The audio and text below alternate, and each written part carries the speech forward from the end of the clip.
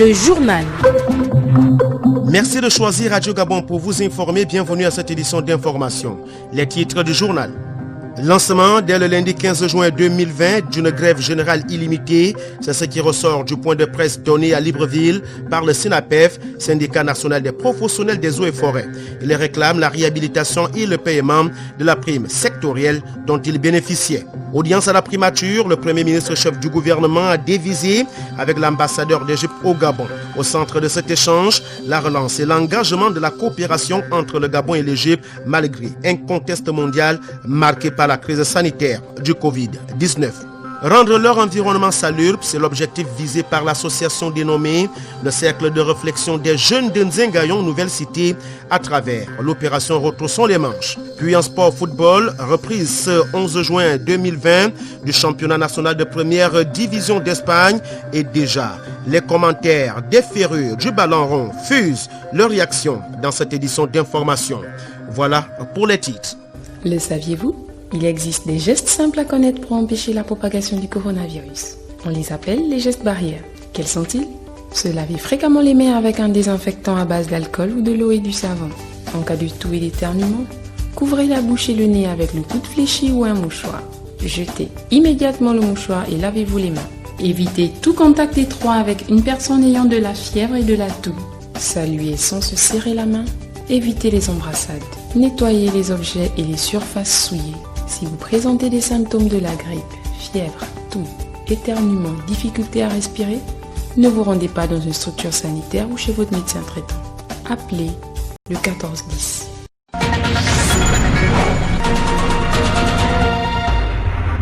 En ouverture de ce journal, les établissements d'enseignement supérieur, aussi bien privés que publics, sont fermés depuis mars 2020 pour cause de Covid-19.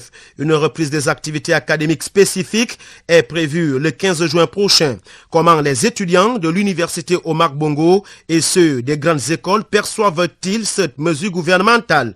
Certains étudiants ont donné leurs sentiments dans ce reportage de Gaël Mbimba Okoko. Cette décision est perçue comme une véritable bouffée d'oxygène pour Gaël Zeyama, étudiant en Master 2, option droit fiscal des entreprises à l'université Omar Bongo, et pour Ada, élève en instance de soutenance à l'école normale supérieure. Certains comme nous qui sommes en instance de soutenance, ce sera un gros avantage parce qu'il y a des concours qui devraient se présenter et on veut bien postuler à ces concours. Et également le problème de bourse, parce que par exemple nous autres c'est notre dernière année de bourse. Donc vous voyez que si on renvoie l'année prochaine, je ne sais pas dans quelle situation on se retrouve. Je trouve que c'est une très bonne chose que les activités reprennent parce que il y en a qui sont un peu fatigués d'attendre et il y en a qui veulent vraiment terminer comme nous là. Ça fait un bon moment que je dois soutenir, mais c'est dérangeant à chaque fois revenir. La plupart des gens dans mon cas aussi ils se plaignent, ils veulent bien terminer. Des soutenances qui devraient intervenir entre le 15 juin et le 9 août 2020. Période choisie pour évacuer les dossiers en cours et pour former les enseignants-chercheurs avant l'intégration de l'enseignement à distance. Une reprise progressive des activités académiques qui réjouit également Gaëtan Guemamba, élève en Master 2 Histoire-Géographie à l'ENES. Il faut bien que les choses reprennent parce que le pays ne peut pas rester dans un blocage, mais il faudrait que les mesures, cette reprise soient effectives. Dès le lundi 15 juin prochain, les choses vont peu à peu rentrer dans l'ordre, mais la question de la mise en place des cours en ligne ne laisse pas indifférent Gaëtan Guemamba. On sait par exemple qu'aujourd'hui, il n'est pas donné à tout un chacun de disposer d'une connexion Internet, d'un ordinateur portable, encore moins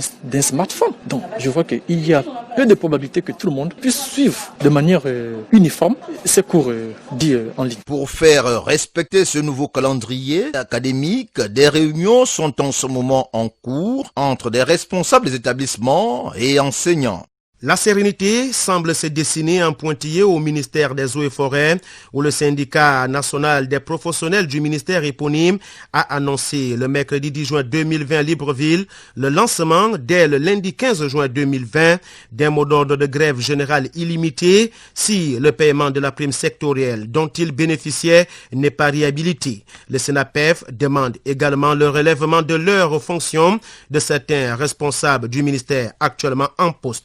Les détails avec Arnaud Ondo Ngozogo. La menace de grève du lundi 15 juin a été brandie au cours d'une conférence de presse durant laquelle le syndicat des professionnels des eaux et forêts a énuméré les dysfonctionnements qui minent leur département ministériel. Maurice Tidmve Akue, secrétaire général adjoint chargé de la communication. Les textes organiques, les réglementaires de ce département ministériel sont plus que jamais bafoués par la pratique devenue courante des propositions de nomination snobant les critères exigés. De même, l'instruction des missions de terrain non conformes aux prérogatives spécifiques des différents services attise des conflits de compétences volontairement entretenus. Sur le volet social, les personnels du ministère des Eaux et Forêts sont privés depuis 2014 de leur prime sectorielle conférée par le Code forestier en République gabonaise en son article 285. Selon le syndicat, la revendication portant sur le retour au paiement de la prime a fait l'objet d'un travail en commission. Celui-ci a abouti à la saisie du ministre de l'économie et des finances le 27 mars 2020. 2 mois après, les conclusions de ce travail semblent avoir été reformulées et ne pouvant s'accommoder à cette gestion, le syndicat demande ce qui suit. L'annulation pure et simple des nominations illégales intervenues lors des conseils des ministres du 5 décembre 2009, du 31 janvier et du 8 mai 2020 pour le compte du ministère des Eaux et Forêts. L'annulation pure et simple du serment prêté le 7 mai 2020 par de hauts responsables en qualité d'officiers supérieurs de police judiciaire des Eaux et Forêts alors qu'ils ne sont pas du corps des Eaux et Forêts comme le conditionne la loi. Le syndicat national des professionnels des Eaux et Forêts dénonce avec vigueur les manœuvres dilatoires du ministre des Eaux et Forêts et relève la responsabilité du ministère de l'économie et des finances dans la séquestration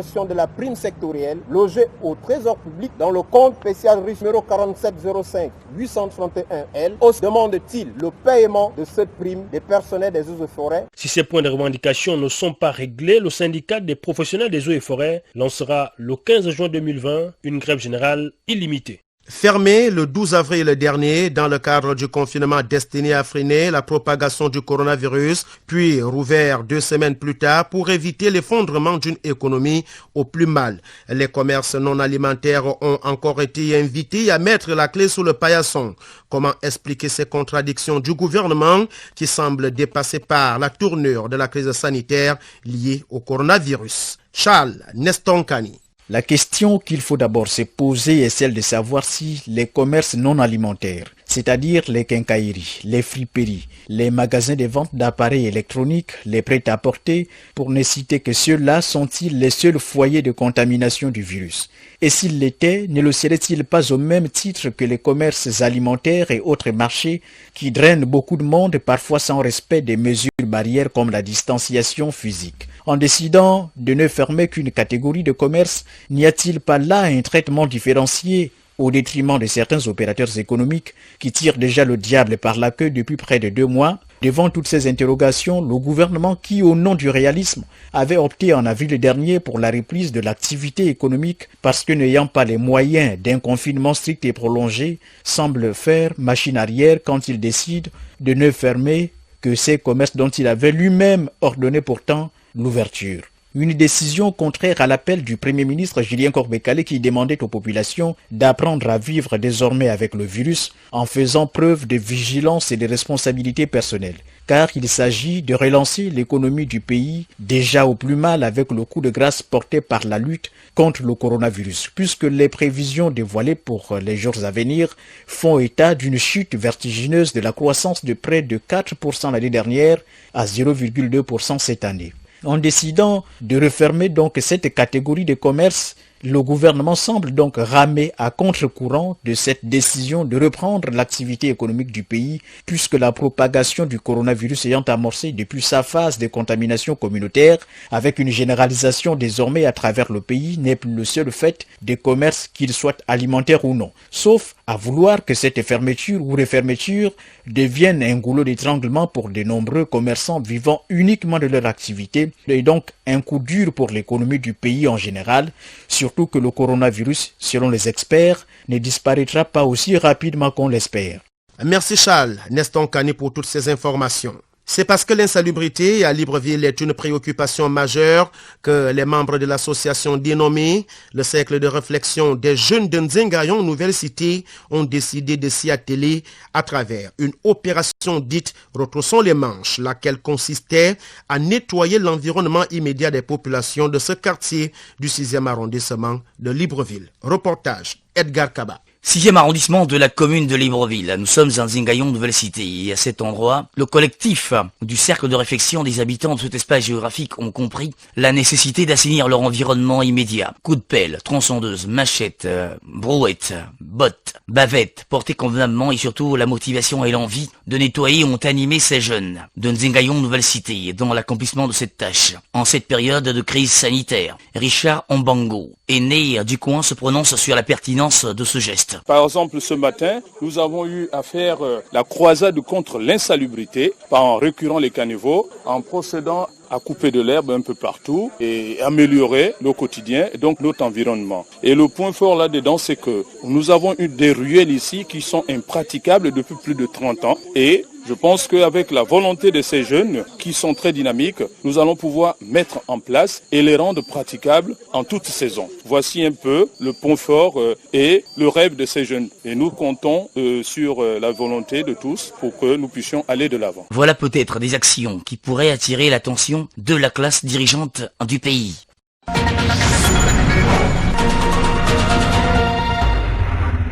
La relance de la coopération entre l'Égypte et le Gabon au centre d'un échange entre le Premier ministre-chef du gouvernement Julien Korbekale et Hamed Bakr, ambassadeur de la République arabe d'Égypte.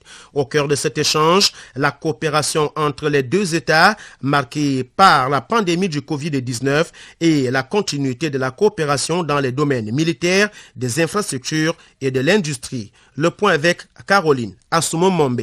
Malgré la crise sanitaire due à la Covid-19, la coopération égypto-gabonaise doit continuer, a affirmé Hamed Bakr, ambassadeur de l'Égypte au Gabon, lors de sa rencontre avec le Premier ministre Julien Korbekale. On est engagé à continuer notre coopération. C'est le moment de voir comment mettre à bien les conclusions qui ont été prises, voir comment on pourra suivre l'évolution de ces conclusions. On ne veut pas qu'il y ait un événement ici ou là qui arrête ou qui ralentit la coopération. Il y a eu beaucoup d'initiatives. Ces initiatives-là ont été suivies par les deux capitales, par le Caire et par Libreville. Des délégations qui sont venues de haut rang, ils ont eu des rencontres fructueuses avec les responsables gabonais. On veut qu'on mène à bien les résultats et les conclusions de cette visite-là. Par conséquent, on veut que la coopération continue, mais qu'elle s'améliore et qu'elle se diversifie. Pourquoi ? Parce qu'il y a du potentiel. Il y a du potentiel. Les deux pays peuvent se compléter. Et c'est ça ce qu'on a vu durant les visites. Et il y a une détermination des deux parties à continuer cette coopération pour le bien des deux pays. Il s'agit pour les deux États de maintenir les acquis conclus en janvier dernier. Rien à voir avec ce qui précède. Les conseillers municipaux de l'Ebamba étaient réunis le week-end écoulé à l'effet d'examiner et adopter le budget primitif de l'exercice 2020.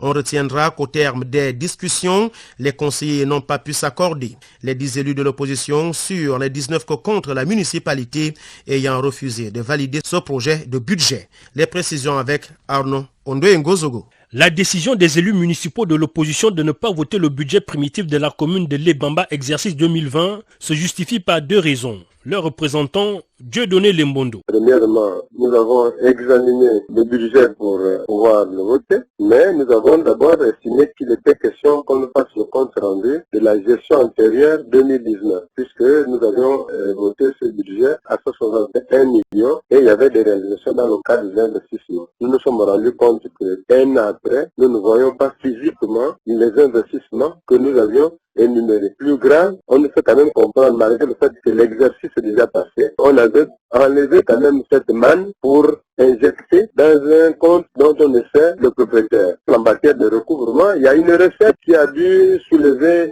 tout le monde, y compris même un des membres de ce bureau du conseil. L'autre aspect qui nous a marqué, vous savez, la règle démocratique veut que la majorité gère et que la minorité s'oppose. Malgré ce principe, le Parti démocratique gabonais, bien que minoritaire avec ses 9 conseillers, a réussi à avoir la gestion de la commune. Aujourd'hui conscients de leur supériorité, les 10 élus de l'opposition attendent avec impatience la session extraordinaire à venir. La première étape qui constitue le blocage du budget, puisqu'il n'a pas été voté, il a été voté à 10 contre 9. Ça veut dire que la crise elle est déjà perceptible. Nous voulons continuer conformément au texte. Nous attendons la session extraordinaire qui va convoquer les conseillers. Nous nous retrouverons pour examiner le budget qui n'est pas passé. Si au terme de ce conseil extraordinaire, le budget n'est pas voté, la crise en perspective au sein du conseil municipal de la commune de Lebamba pourrait conduire à une déstabilisation du bureau actuel, préviennent les élus de l'opposition.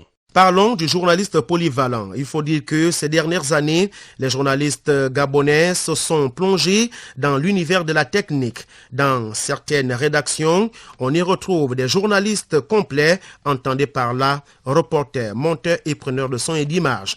Hamad Farlan Beni Evaka nous dresse ici quelques mini-portraits. Reportage. Elsa Ongué-Meillé est journaliste à la première chaîne de télévision gabonaise. En consultant son CV, on y trouve des techniques de prise d'image et de montage. Je me sentais plus à l'aise en tant que journaliste reporter parce que lorsque je filmais, je savais exactement ce que je voulais faire ressortir. Il est important que l'on soit indépendant parce qu'il peut arriver qu'un cadreur ne soit pas disponible et si on a déjà ces aptitudes-là, celles-là nous rend indépendants totalement.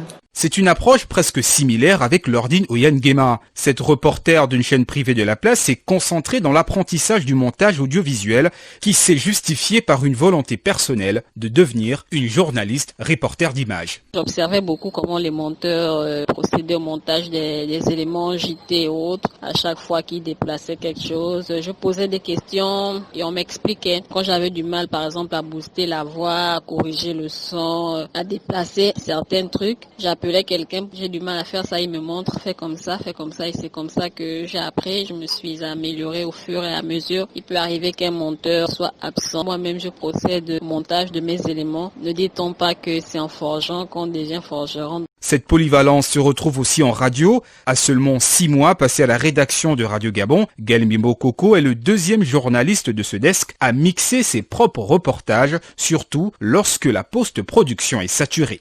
Il y a eu le souci de rendre le reportage vivant parce que le reportage radio, nous vendons le rêve. C'est dans ce souci-là que je me suis rapidement lancé dans le mixage de mes reportages radio. C'est vraiment pour des besoins de travail que je me suis dit, au lieu d'attendre le monteur qui doit recevoir 4 à 5 personnes au même moment, moi, je préfère, pour l'aider et pour m'aider, d'apprendre à monter sur le tas. C'est une véritable révolution dans le monde médiatique du pays car plus les années passent, plus la technologie avance. Du coup, les compétences s'accumulent chez les plus curieux.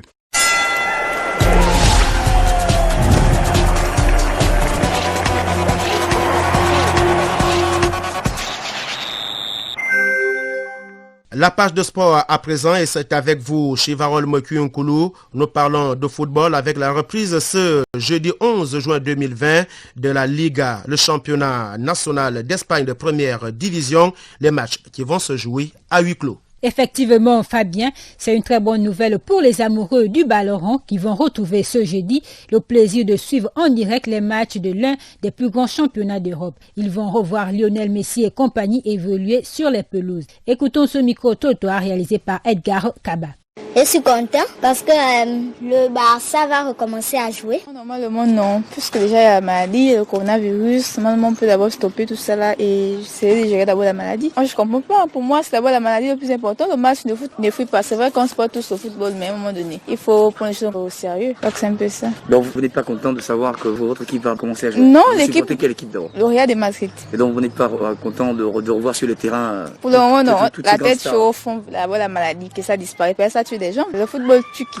C'est là, ça fait pas, on va jouer toute notre vie. Mais gérer d'abord la maladie, qu'elle s'est consultée pour organiser ça, organiser ceci, organiser cela. Gérer d'abord la maladie, c'est tout. Le fait que le championnat espagnol reprenne, c'est déjà une bonne chose. Ça veut dire que le Covid s'est déjà amoindri dans le secteur espagnol. Donc du coup, s'agissant du championnat, c'est une très bonne chose. Il y a des équipes qui font rêver, Barcelone, Atlético, le Real de Madrid. Donc ces moments nous manquaient vraiment. C'est vraiment un grand plaisir de revoir le football espagnol revenir. Et c'est là, même si on sait que ça va reprendre progressivement petit à petit, pas trop de supporters, mais bon, chez nous en tant que téléspectateurs, c'est déjà une très bonne chose de revivre les matchs en direct et ça va aussi nous permettre de rester même encore à la maison, histoire de limiter la propagation du Covid. Je n'ai pas vraiment l'esprit sportif, mais ça me va droit au cœur que les activités vont recommencer, raison pour laquelle ça va permettre certaines personnes d'être encore dans l'activité sportive. Le championnat espagnol, la Liga, c'est ce que nous attendons tous, parce que moi, personnellement, je suis un joueur du bec. Je suis fanatique de 241, raison pour laquelle j'essaie toujours à avoir un mondu parce que je suis fan toujours. Le championnat d'Espagne reprend avec le derby de Séville entre le FC Séville et le Betis Séville. Reprise des championnats de football dans certains pays d'Europe et d'Afrique. Malheureusement, au Gabon, nos sportifs sont encore en confinement et ont du mal à respecter le régime alimentaire. C'est le cas des footballeurs de la province du Walentem. Les détails dans ce reportage de Simon-Pierre Meba. Pour Brice Rostand Onkoulé, l'entraîneur de l'Union sportive de Bitam, un footballeur qui veut atteindre le haut niveau doit respecter son régime alimentaire. Un footballeur ou un sportif qui veut atteindre le haut niveau se doit de respecter un régime alimentaire très important. C'est pour cela que certains joueurs ou certains sportifs n'arrivent pas à atteindre même le minimum en matière de rythme. C'est la situation actuelle qui met les footballeurs, les sportifs dans une situation désagréable. Quant au directeur technique provincial du Walentem, le non-respect du régime alimentaire observé actuellement par nos footballeurs est dû à l'arrêt des compétitions sportives. Albert Rismo, Obiami Togo. Quel que soit le régime alimentaire que les joueurs pourront avoir pendant le confinement, ils sont en manque de compétition. Ils vont s'entraîner individuellement pour garder la forme entre griffes, mais ce n'est pas la vraie forme parce qu'on ne peut la vérifier que pendant les compétitions. Entre-temps, nous ne sommes pas en compétition. Donc, les enfants peuvent s'entraîner pour garder le bon rythme cardiaque, le geste technique, mais il faut l'évaluer si on est footballeur lorsqu'on est en opposition face à l'adversaire. Donc, nous attendons la reprise des activités pour évaluer et ensuite les valeurs, si certains ont bien récupéré ou pas. Simon Pierre Meba de Michel Sandon, OIM, Radio Gabon, la référence. La suite de cette page des sports avec ces quelques brèves. La Fédération de football du Burundi annonce le report des matchs de championnat du week-end dû au décès du chef de l'État Pierre Nkurunziza. Alors qu'il reste encore 2 journées à disputer, les rencontres prévues ce week-end seront disputées le 20 et le 21 juin prochain et la journée suivante 3 jours plus tard. Enfin, en Algérie, le championnat de basketball cette saison pourrait être annulé avec l'accord de la majorité des clubs de la Super Division Hommes. En cas de saison blanche, il n'y aura ni accession ni relégation. Le bureau fédéral va devoir désigner les représentants du pays lors des compétitions continentales. Merci Chivarol Mokionglo pour toutes ces informations.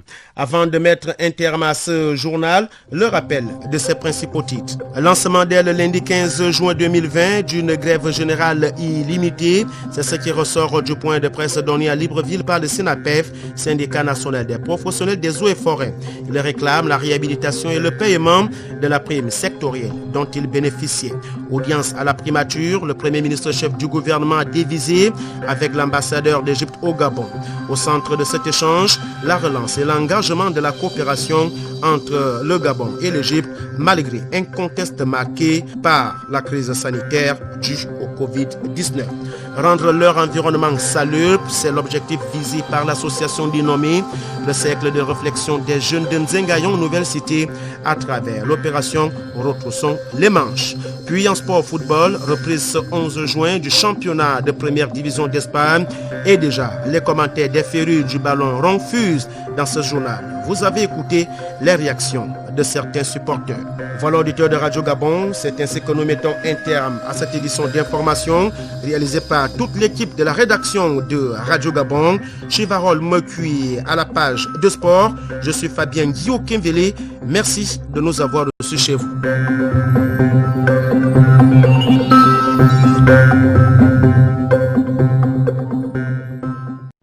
Vous êtes câblé sur Radio Gabon émettant de Libreville, 88.7, 96.5 FM. Où que vous soyez, nous sommes avec vous.